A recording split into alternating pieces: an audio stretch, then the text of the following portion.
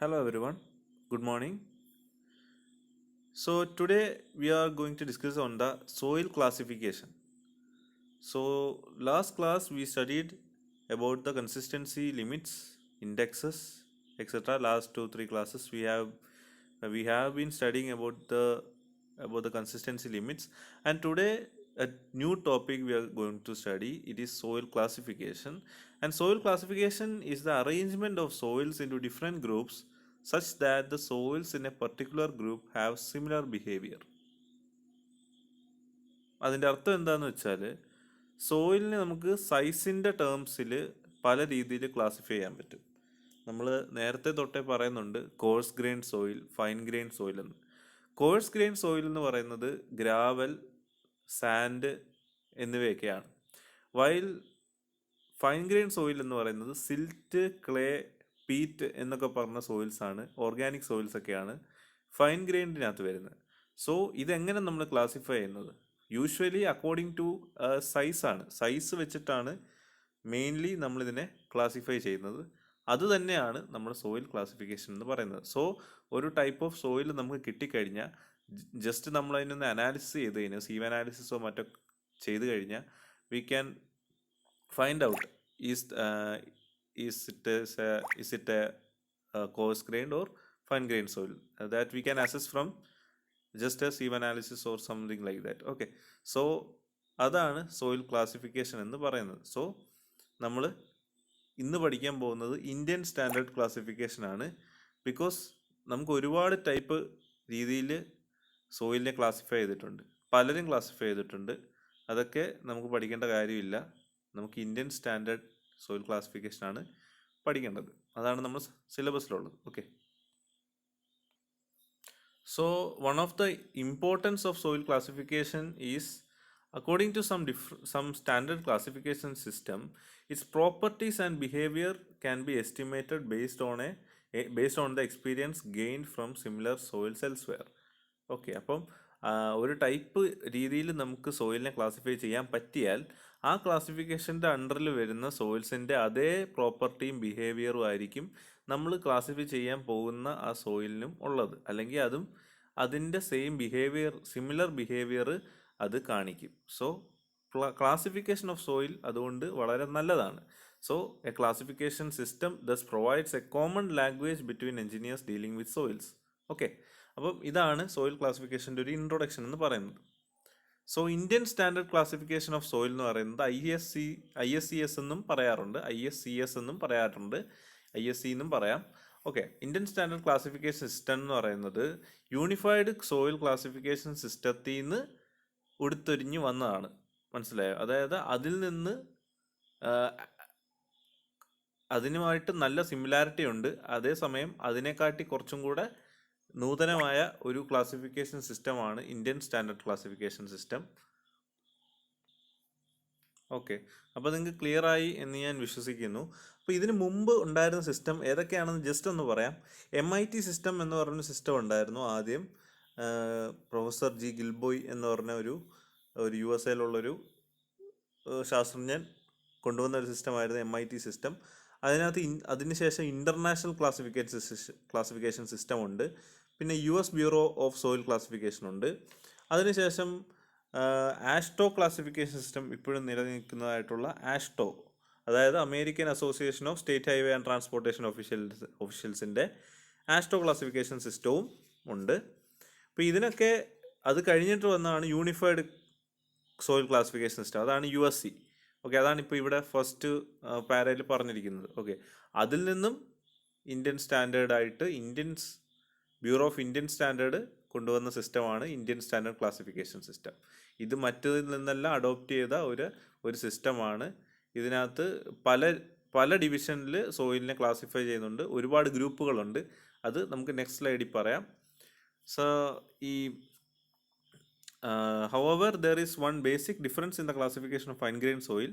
The fine-grained soils in ISC system are divided into 3 categories of low, medium and high compressibility instead of 2 categories of low and high compressibility. അതായത് USC-യിൽ അതിന് USC-യുമായിട്ടുണ്ടാകുന്ന ISC-യുടെ ഒരു difference എന്ന് പറയുന്നത്, USC-യിൽ അതിനെ law and high ആയിട്ടായിരുന്നു fine ഗ്രൈൻഡിനെ classify ചെയ്തിരുന്നത് while in ISC it is classified into 3 subdivisions. Okay, that is low, medium and high. സോയിൽസിനെ നമുക്ക് ISCക്കകത്ത് 3ആയിട്ട് classify ചെയ്യാം. കോഴ്സ് ഉണ്ട്, ഫൈൻ ഉണ്ട്, പീറ്റ് ഉണ്ട്, അല്ലെങ്കിൽ ഓർഗാനിക് സോയിൽ എന്ന് പറയും. ഓക്കെ, കോഴ്സ് ഗ്രൈൻഡ് സോയിൽ എന്ന് പറയുന്നത് when 50% or more of the total material by weight is retained on 75 micron sieve ആണെങ്കിൽ അതിനെ കോഴ്സ് ഗ്രെയിൻ സോയിൽ എന്ന് പറയും. 75 മൈക്രോൺ സീവിൽ റീറ്റെയിൻ ചെയ്യുന്ന സോയിലിൻ്റെ എമൗണ്ട് എന്ന് പറയുന്നത് 50% ആണെങ്കിൽ, അതിനെക്കാട്ടി കൂടുതലോ അതിനെക്കാട്ടി കൂടുതലോ ആണെങ്കിൽ it is termed as course grain soil. കാരണം അതിൽ വന്ന് റീറ്റെയിൻ ചെയ്യണമെങ്കിൽ അത് തങ്ങി നിൽക്കണമെങ്കിൽ ആ 75 മൈക്രോൺ സീവിനെക്കാട്ടി വലിയ പാർട്ടിക്കിൾസ് ആണെങ്കിൽ റീറ്റെയിൻ ചെയ്യത്തുള്ളൂ. സോ വലിയ പാർട്ടിക്കിൾസ് ആണെങ്കിൽ കോഴ്സ് ഗ്രെയിൻ സോയിലായിട്ട് നമ്മൾ ക്ലാസിഫൈ ചെയ്യും. ഫൈൻ ഗ്രെയിൻഡ് സോയിൽ എന്ന് പറഞ്ഞാൽ 50% താഴെ 50% ഓർ മോർ ദാൻ 50% അതിൽ കൂടെ പാസ് ചെയ്യണം. 75 മൈക്രോൺ ISCVന്ന് പാസ് ചെയ്യണം. പാസ് ചെയ്ത് പോവുകയാണെങ്കിൽ അതെന്തായിരിക്കും? ഫൈൻ ഗ്രൈൻഡ് ആയിരിക്കും. റീറ്റെയിൻ ചെയ്യുവാണെങ്കിൽ അതെന്തായിരിക്കും? കോഴ്സ് ഗ്രൈൻഡ് ആണ്. ഇനി ഇത് രണ്ടുമായിട്ട് ഒരു ബന്ധമില്ലാത്ത ഒരു സോയിലാണ് third classification, that is peat. Peat എന്ന് പറയാൻ PT എന്ന് നമ്മളതിന് ഷോർട്ട് ഫോമിൽ വിളിക്കും, PT. അതെന്ന് പറയുന്നത് high organic and contains large percentage of organic matter and particles ആണെങ്കിൽ അതിനെ നമ്മൾ പീറ്റ് എന്ന് വിളിക്കും. അതിൽ ഇത് രണ്ടിലും കാറ്റഗറൈസ് ചെയ്യത്തില്ല, മറ്റൊരു കാറ്റഗറിയാണ് peat. Okay, so what is an organic soil എന്ന് പറയുന്നത്? എന്താണ് ഓർഗാനിക് സോയിൽ? ഓർഗാനിക് സോയിൽ എന്ന് പറയുന്നത് എന്താണ്? അതായത് ഈ നമ്മൾ ചെളി പോലെ ഇരിക്കും. എന്തുകൊണ്ടാണ് അങ്ങനെ വരാനുള്ള സാധ്യത? കാരണം ഈ സ്റ്റാർച്ച്, അതുപോലുള്ള വെജിറ്റബിൾസിൻ്റെ ഡീകമ്പോസിഷൻ കാരണമുള്ള ഈ ഇലയൊക്കെ വീണ്, അതായത് മരത്തിൽ നിന്നുള്ള ഒരുപാട് ഇലകളൊക്കെ വീണ് അത് ഡീകമ്പോസ് ചെയ്ത് അവിടുത്തെ സോയിൽ ഓർഗാനിക് ആവാനുള്ള സാധ്യതയുണ്ട്. അങ്ങനത്തെ സോയിലിനെയാണ് ഹൈലി ഓർഗാനിക് സോയിൽ എന്ന് പറയുന്നത്. അങ്ങനത്തെ സോയിലിൻ്റെ ഒരു ടൈപ്പാണ് പീറ്റ് എന്ന് പറയുന്നത്. ഓക്കെ, അപ്പോൾ ആ ടൈപ്പ് സോയിൽ എന്ന് പറയുന്നത് കോഴ്സ് ഗ്രൈൻഡിനകത്തും ഫൈൻ ഗ്രൈൻഡിനകത്തും വരത്തില്ല.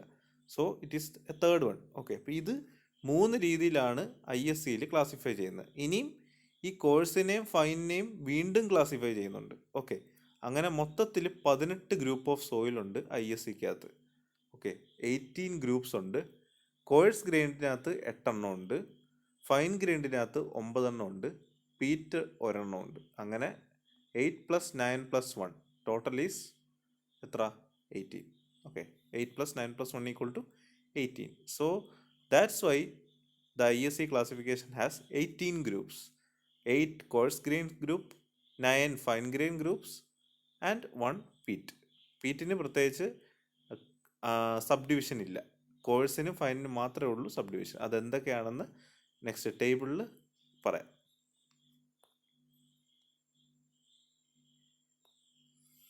So while we look into this table, we can see that coarse grain componentsനെ നമ്മൾ എത്രയായിട്ട് ക്ലാസിഫൈ ചെയ്തിരിക്കുന്നു? 1, 2, 3, 4ആയിട്ട് ക്ലാസിഫൈ ചെയ്തിരിക്കുന്നു. ഇതിനകത്ത് നോക്കുമ്പോൾ നമുക്കറിയാം ഇതിനെ 4ആയിട്ട് ക്ലാസിഫൈ ചെയ്തിരിക്കുന്നു. ഓക്കെ, ഫൈൻ ഗ്രൈൻഡിനെ എത്രയായിട്ട് ക്ലാസിഫൈ ചെയ്തിരിക്കുന്നു? 2ആയിട്ട് ക്ലാസിഫൈ ചെയ്യുന്നു. അതിൻ്റെ കൂടെ തന്നെ ഓർഗാനിക് മാറ്റർ എന്ന് പറഞ്ഞ ഓയും ഉണ്ട്. നമുക്ക് ഇത് നോക്കിയിട്ട് അടുത്ത സ്ലൈഡിലോട്ട് പോകാം, അപ്പോൾ നമുക്ക് ക്ലിയർ ആവും. സോ ഈ ടേബിളിൽ നോക്കുമ്പോൾ കോഴ്സ് ഗ്രൈൻഡിൻ്റെ കമ്പണൻസ് ബോൾഡർ ഉണ്ട്, കോബിൾ ഉണ്ട്, ഗ്രാവൽ ഉണ്ട്, സാൻഡ് ഉണ്ട്. ഇത് ഡിക്രീസിങ് ഓർഡർ ഓഫ് ദെയർ സൈസിലാണ് എഴുതിയിരിക്കുന്നത്. ഓക്കെ, നമുക്ക് ഇതിനകത്ത് ഈ ആദ്യത്തെ 2 എണ്ണം പഠിക്കേണ്ട കാര്യമില്ല, കാരണം ഇതിനകത്ത് പ്രസക്തിയില്ല. ഓക്കെ, നമുക്ക് ഗ്രാവലും സാൻഡുമാണ് മെയിൻലി വേണ്ടത്, കാരണം അതിനാണ് ഇമ്പോർട്ടൻസ് ഉള്ളത്. ഓക്കെ, അപ്പം വേണമെങ്കിൽ സൈസ് റേഞ്ച് മാത്രം ഒന്ന് ഓർത്തിരിക്കുക. ബോൾഡർ എന്ന് പറഞ്ഞാൽ 300 mm വലിയ ഡയമീറ്റർ സൈസ് വരുന്ന ആംഗുലർ ആയിട്ടുള്ള, റൗണ്ടഡ് ആയിട്ടുള്ള, ബൾക്കി ആയിട്ടുള്ള ഏത് തരത്തിലുള്ള പാർട്ടിക്കിൾ ആണെങ്കിലും അതിൻ്റെ ഡയമെൻഷൻ എന്ന് പറയുന്നത്, ഡയമീറ്റർ എന്ന് പറയുന്നത് 300 mm കൂടുതൽ വരുവാണെങ്കിൽ അതിനെ ബോൾഡർ എന്ന് പറയും. അതിന് പ്രത്യേക സിമ്പലോ ഒന്നുമില്ല, അതുകൊണ്ട് തന്നെ അത് നമ്മൾ യൂസ് ചെയ്യുന്നില്ല, നമ്മൾ ഈ ക്ലാസിഫിക്കേഷനകത്ത് പറയുന്നില്ല. അതുകൊണ്ടാണ് സിമ്പൽ നൺ ഇട്ടേക്കുന്നത്. Okay, next one is cobble. Cobble എന്ന് പറഞ്ഞാൽ 80 mm-നും 300 mm-നും സൈസിൻ്റെ ഇടയ്ക്ക് വരുന്ന പാർട്ടിക്കിൾസിനെയാണ് കോബിൾ എന്ന് പറയുന്നത്. ഓക്കെ, അതിനും നൊട്ടേഷൻ ഒന്നും കൊടുത്തിട്ടില്ല.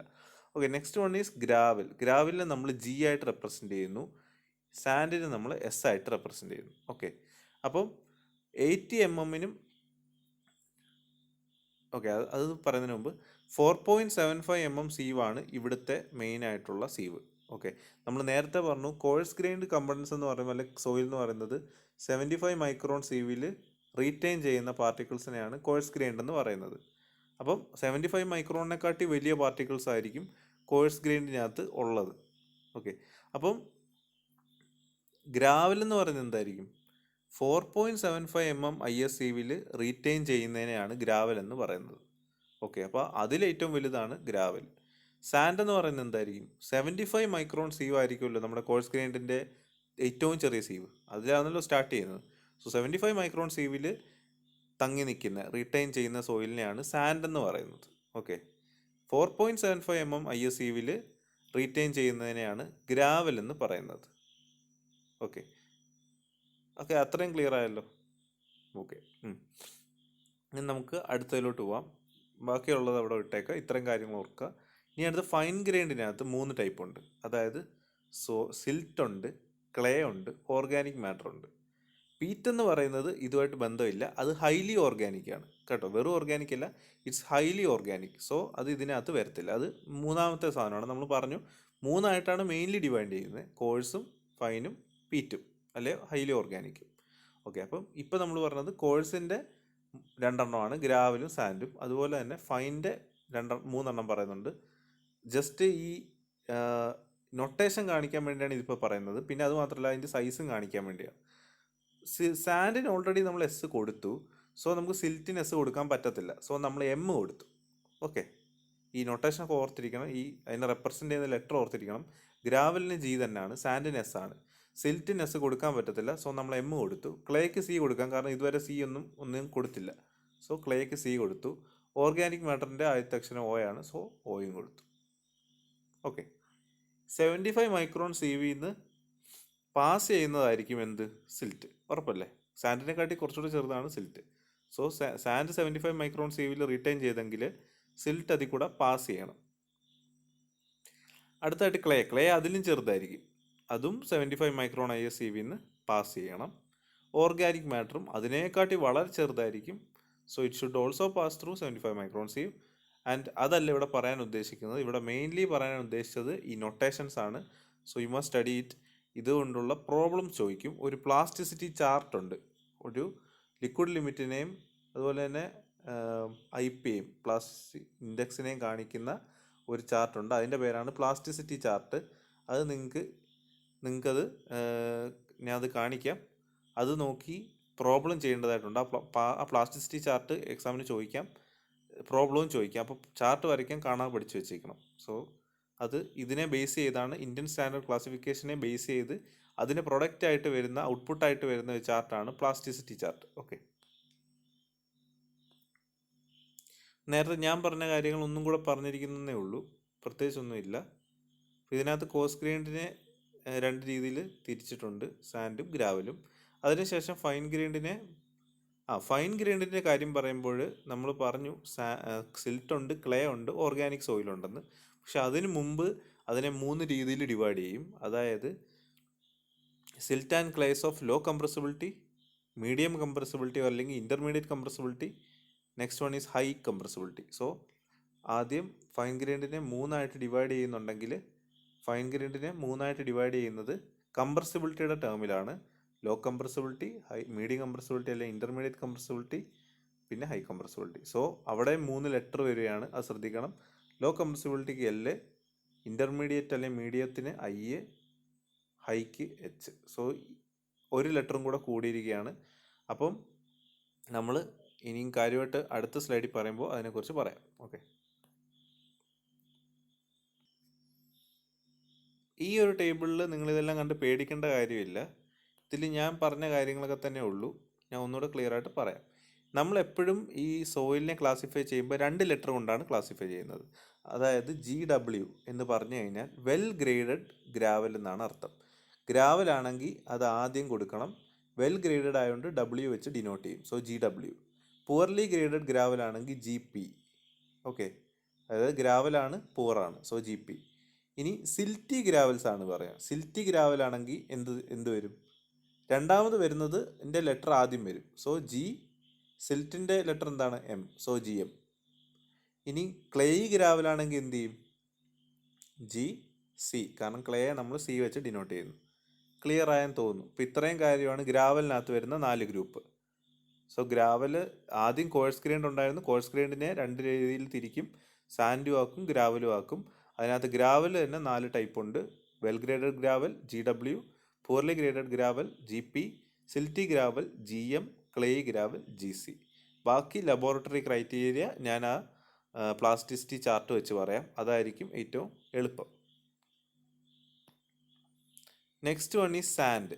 സാൻഡ് എന്തായിരുന്നു?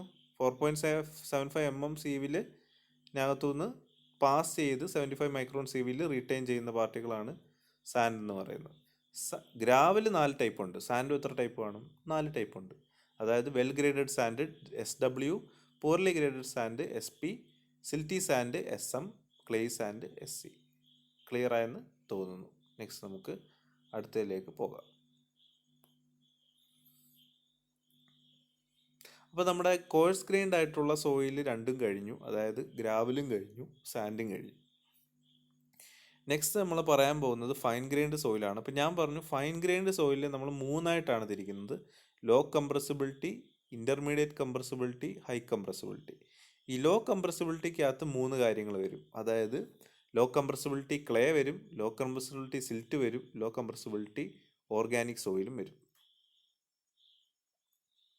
ലോ കംപ്രസിബിലിറ്റി എന്നും പറയാം, ലോ പ്ലാസ്റ്റിസിറ്റി എന്നും പറയാം. രണ്ടും ഒന്ന് തന്നെയാണ്. ഓക്കെ. അപ്പോൾ പിന്നെ ഡൗട്ട് തോന്നരുത്. ലോ പ്ലാസ്റ്റിസിറ്റിയും പറയാം, ലോ കംപ്രസിബിലിറ്റി എന്നും പറയാം. ഇനി അടുത്തതായിട്ട് പറയുന്നത് ഇൻ്റർമീഡിയറ്റ് ആണ്. ഇൻ്റർമീഡിയറ്റ് കംപ്രസിബിലിറ്റിക്കകത്ത് 2-3 എണ്ണം വരും. സിൽറ്റ് വരും, ക്ലേ വരും, ഓർഗാനിക് സോയിൽ വരും. അതുപോലെ തന്നെ ഹൈ കംപ്രസിബിലിറ്റിയിലും എന്ത് വരും? സിൽറ്റും ക്ലേയും ഓർഗാനിക് സോയിലും വരും.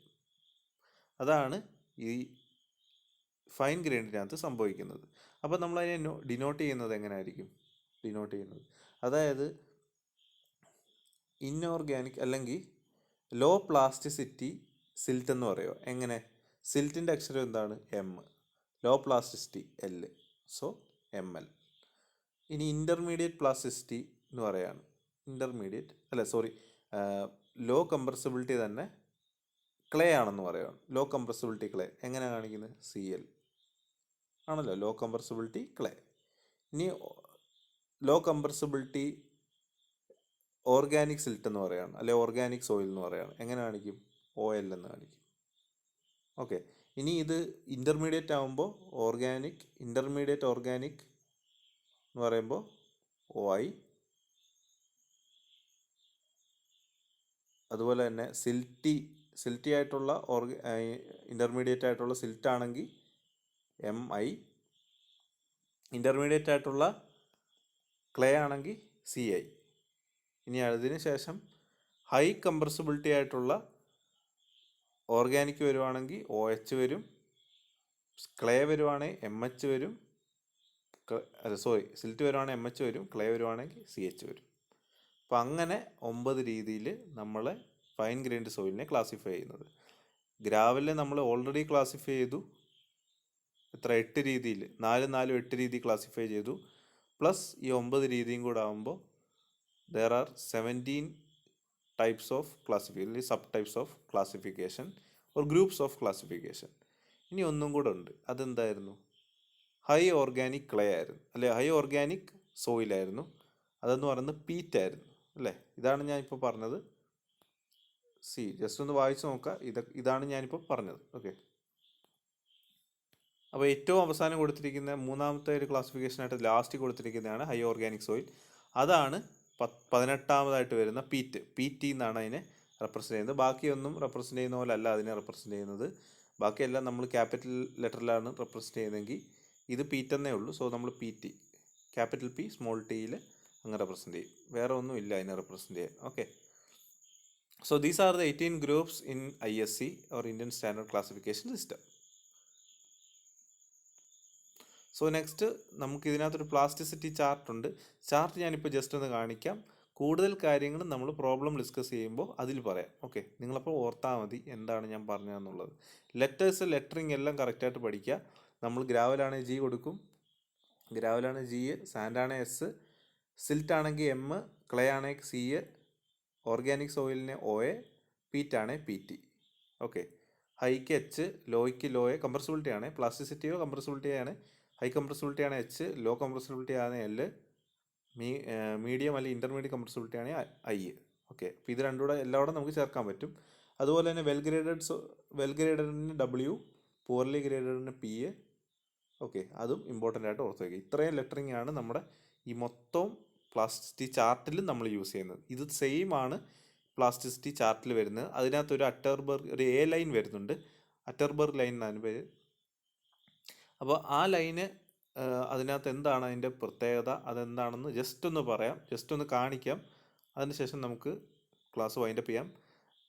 ഈ ചാപ്റ്ററിൻ്റെ തന്നെ പ്രോബ്ലംസ് വരുന്ന സമയത്ത് നമുക്കത് ഡിസ്കസ് ചെയ്യാം. So this is the plasticity chart where the plasticity index IP is taken in the y-axis and liquid limit WL is taken in the x-axis. ഇതിൽ കാണാൻ പറ്റും CH, MH, OH, CI, MI, OI, CL, OL, ML, അതുപോലുള്ള ഒരുപാട് കാര്യങ്ങൾ ഇതിനകത്ത് കാണാം. ഒരു A ലൈനും കാണാം, റെഡ് കളറിലുള്ള ആ സ്ലാൻഡിങ് പൊസിഷനിൽ പോകുന്ന ലൈനാണ് എ ലൈൻ. സോയിലിനെ ക്ലാസിഫൈ ചെയ്യാനുള്ള ഒരു ചാർട്ടാണ് പ്ലാസ്റ്റിസിറ്റി ചാർട്ട്, അതാണ് ഈ ചാർട്ട് തന്നെ. ഓക്കെ, അപ്പം ഇതിൻ്റെ ബേസ് ചെയ്ത് IP-യുടെ വാല്യൂ വെച്ചിട്ട്, ലിക്വിഡ് ലിമിറ്റിൻ്റെ IP-യുടെ വാല്യൂ വെച്ചിട്ട് നമ്മൾ സോയിലിനെ ക്ലാസിഫൈ ചെയ്യും. ഈ ലൈൻ്റെ മുകളിൽ വന്നാൽ ഇന്നത്, ലൈൻ്റെ ഇടയ്ക്ക് വന്നാൽ ഇന്നത്, ഇത് ഇന്നതാണ്, ക്ലേ ആണ്, ഇൻ്റർമീഡിയറ്റ് ക്ലേ ആണ്, അങ്ങനെ പല രീതിയിൽ ഇതിനെ ക്ലാസിഫൈ ചെയ്യാൻ പറ്റും. ഓക്കെ, അപ്പോൾ അതിനെക്കുറിച്ചുള്ളത് പ്രോബ്ലം വെച്ചിട്ടാകുമ്പോൾ നമുക്ക് കുറച്ചുകൂടെ ക്ലിയർ ആവും. അപ്പോൾ നമുക്കതിനെക്കുറിച്ച് പറയാം. So this is the plasticity chart. ഇത് പഠിച്ചു വെക്കണം, ഇത് കാണാൻ പഠിച്ചേ പറ്റൂ. ഓക്കെ, എന്നാലും നിങ്ങൾക്ക് എക്സാമിൽ ഇത് എഴുതാൻ പറ്റത്തുള്ളൂ. Okay, thank you.